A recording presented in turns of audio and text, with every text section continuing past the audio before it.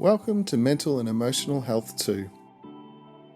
In this video, we're going to look briefly at the role of our subconscious mind in reinforcing our thinking habits. Then we'll look at part of the brain called the limbic system. And finally, we'll touch on how the limbic system can become overly active.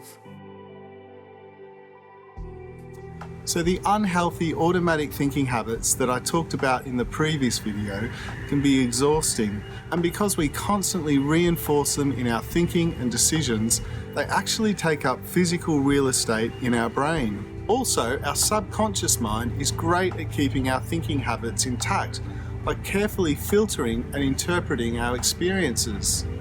In short, we automatically take on board anything which appears to agree with our thinking habits and beliefs, and anything which seems to disagree, we automatically disregard or misinterpret to support our thinking habits anyway. This is why it can be so hard to change a habit or try something new, because our conscious mind, which is trying to do the right thing, is battling against well-developed physical structures that we've built into our brain over a lifetime. On top of that, our feelings and bodily sensations play a huge part in reinforcing our thinking habits. And these are controlled within a primitive system at the base of our brain called the limbic system. Let's use an everyday example to explore the basics of how this system works. Say your boss says to you out of the blue, "Please can we meet in my office after lunch?" If you've had a negative experience meeting with a boss, and/or developed a thinking habit which believes that bad things always happen to you, possibly your heart will start racing, your palms might get sweaty, you might even start experiencing negative mental images or automatic thoughts urging you to start looking for a new job. On the other hand, if you've had mostly positive meetings in the past, or if you've constructed a belief that you're valuable and you have a lot to offer the world, there's every chance you'll interpret that same situation completely differently. Two people experiencing two different automatic reactions to exactly the same situation based on their past experiences and thinking habits. So what is actually happening when we react automatically like this?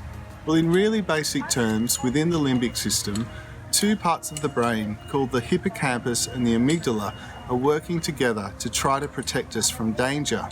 The hippocampus remembers everything, and it's constantly active and alert, using memories of past experiences to help it scan for danger in the present. It works without any conscious effort on our part, and what's key to understand is that the hippocampus isn't able to tell whether a threat is real or imaginary, whether something is dangerous or just scary but perfectly safe. So when the hippocampus senses a threat, real or imagined, like an unexpected meeting with the boss, it engages the amygdala, which sits right beside it at the base of our brain, to kick off the fight or flight response. It's an amazing system, and it's been really important for our survival, but we run into problems if our amygdala is reacting too often or staying active for too long because of ongoing stress, like the stress created by our unhealthy thinking habits. So instead of properly calming down after the threat has passed, the amygdala can get stuck on high alert, causing it to overreact to even small things and kicking off the fight or flight response even when it's not needed. And this causes even more stress. Unfortunately, an overactive limbic system can eventually contribute to longer-term problems with anxiety and depression.